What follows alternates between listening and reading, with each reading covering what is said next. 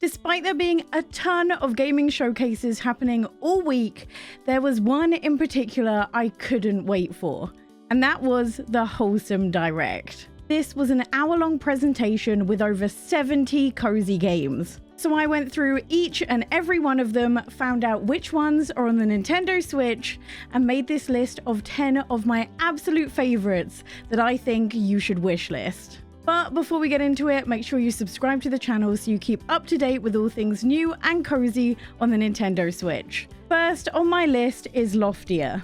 This has to be the game that piqued my interest the most throughout the entire Direct. And unfortunately, this will probably be one of the last games on this entire list to actually release. But still, I'm going to tell you about it because the concept is so cool. This is a cozy MMO, or massive online multiplayer game, where you work together with people online to build a better future in the land in which you live.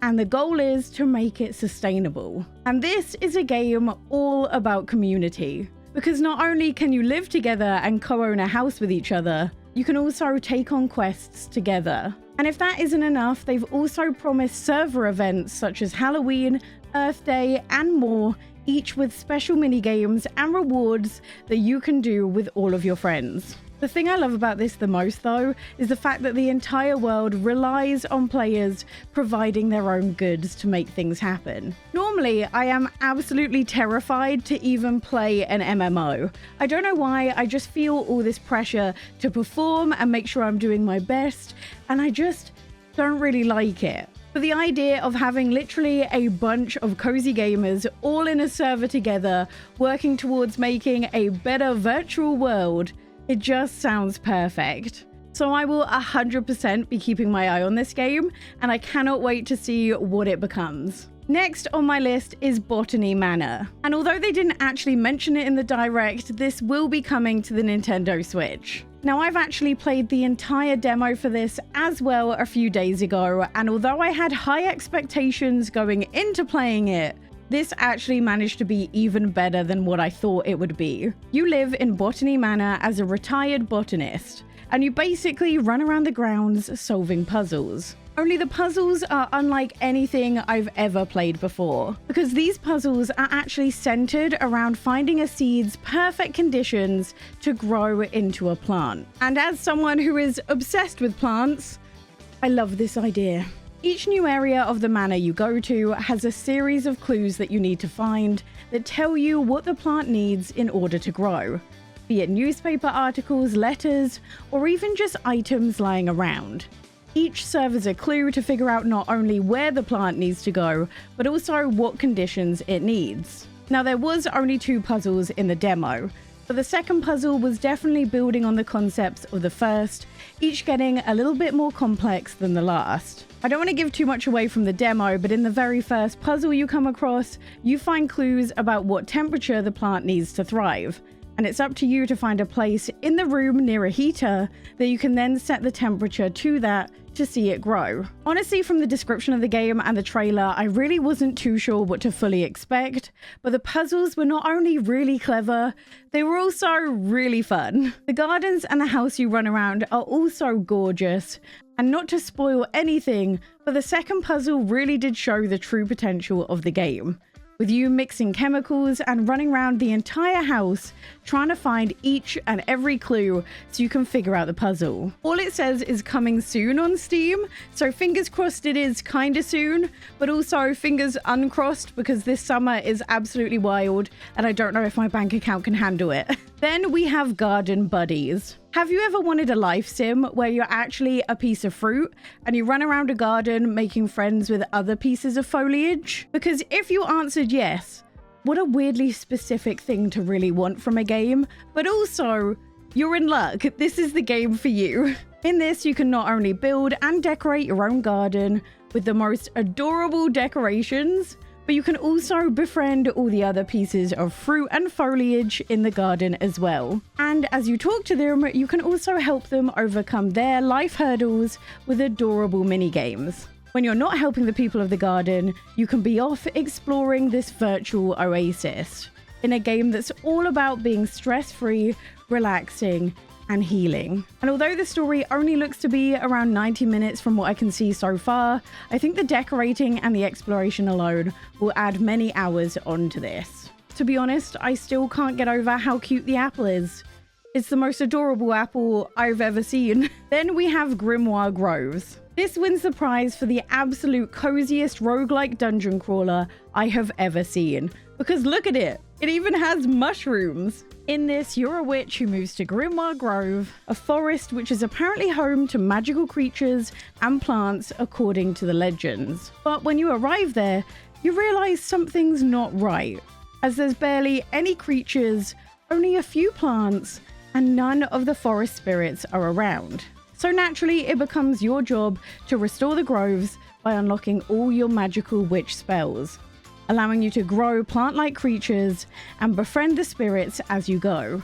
And you even let them live in your cottage as you restore the magical balance. You can also collect, craft, and enchant in this game, and seeing how many of us first dipped our toes into roguelike games with Cult of the Lamb, I am so happy that there's a new game to bring me back to this genre. Next is Moonstone Island. Now, their announcement was probably the most shocking announcement of anything from the Wholesome Direct, saying that the game will be coming out on PC this summer, with ports coming later for consoles, including the Nintendo Switch. If you're a lover of Pokemon, Stardew, and a little bit of magic, this is the game for you.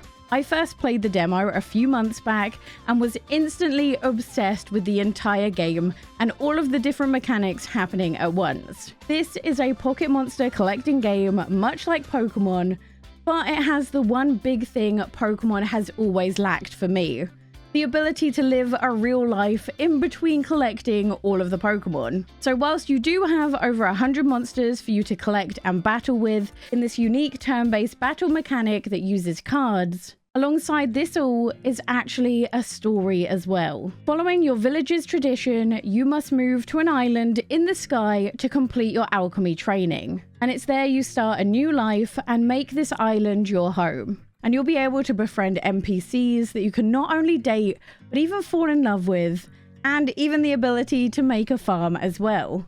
All the while, you'll be able to explore the different islands, each with different biomes and different wild spirits for you to tame and befriend as you go. From what I played in the demo, this is truly such a beautiful merging of two almost distinctly different genres.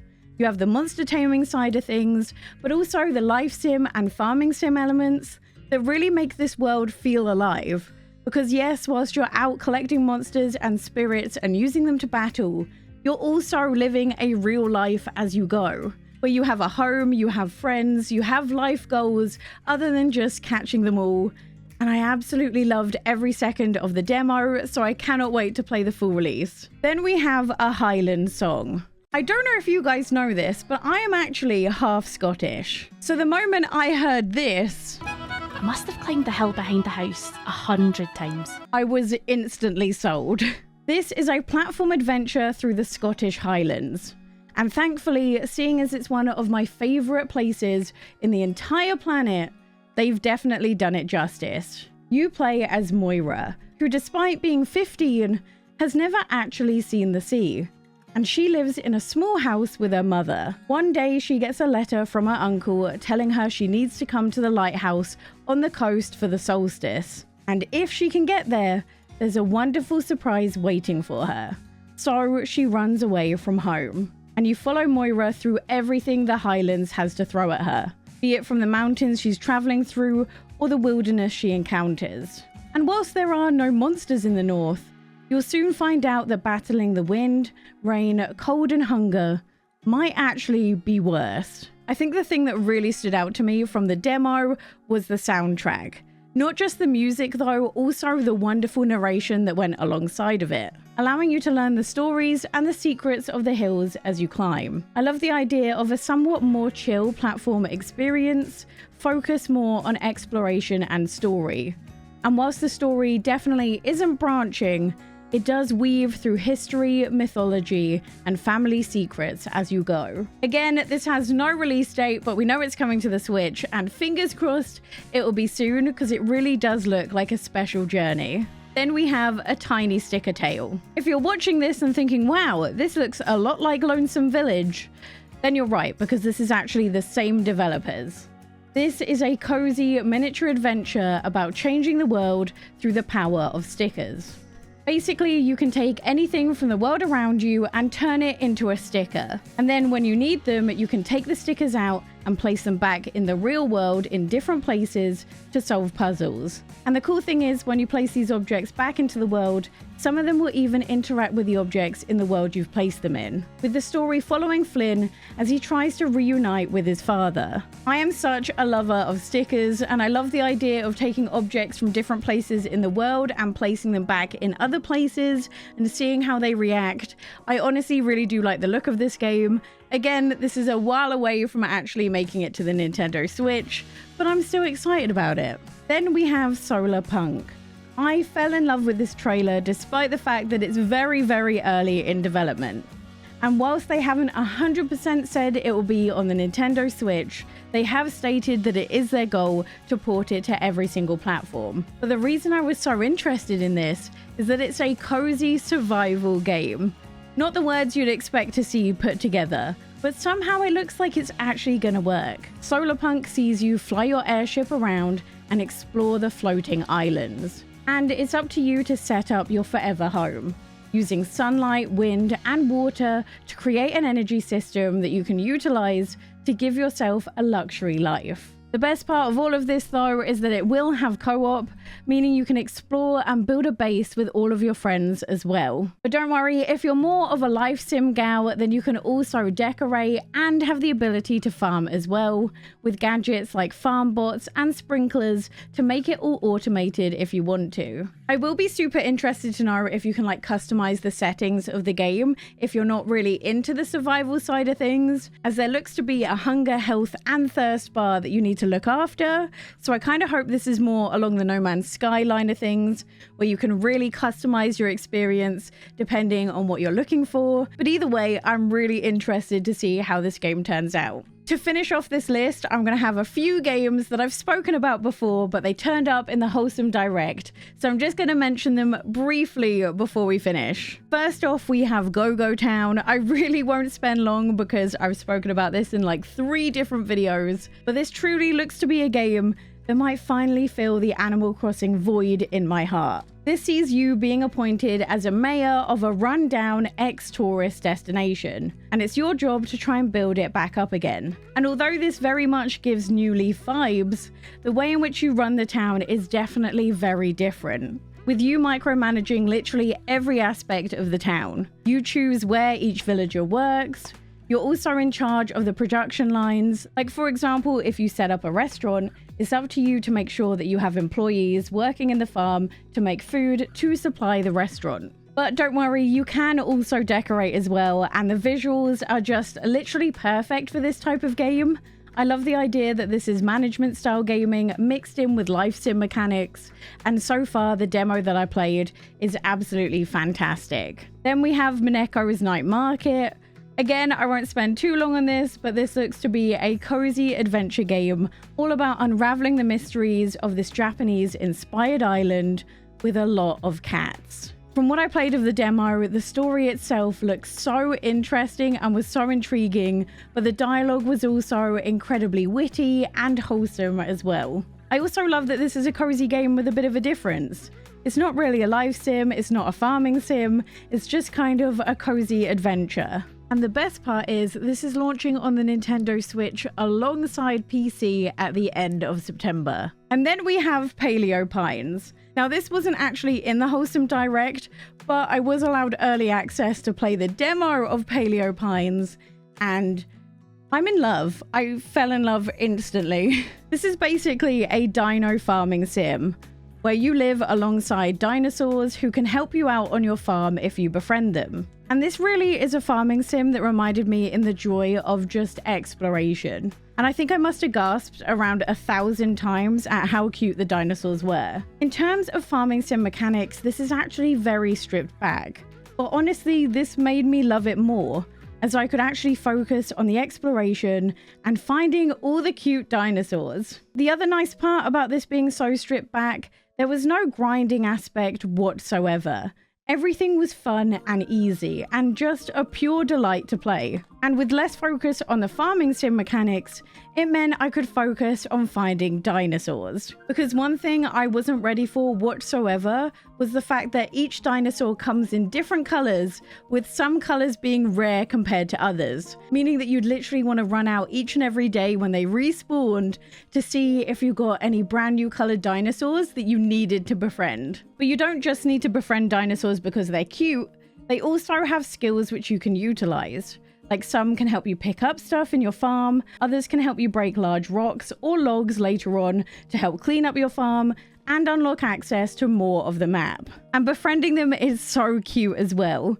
They basically sing you a little song and you've got to play it back to them on your flute. Then once you've kind of caught their attention, you have to try and figure out what their favorite foods are and feed them to you until they trust you. The thing I loved about Paleo Pines though was the fact that not only did I enjoy this is also a great starter farming sim, be it for your little one or someone who's new to gaming, or if you're someone like me who's just looking for the ultimate chill experience while doing a bit of farming. This is such a charming and beautiful game, and the demo was so much fun and also really long. You'll be able to play the demo next week, and the game fully releases, including on the Nintendo Switch, in September. That's everything from me today, but if you're looking for more information about Fae Farm, I was actually able to play about an hour and a half of the game, and here you can find my thoughts.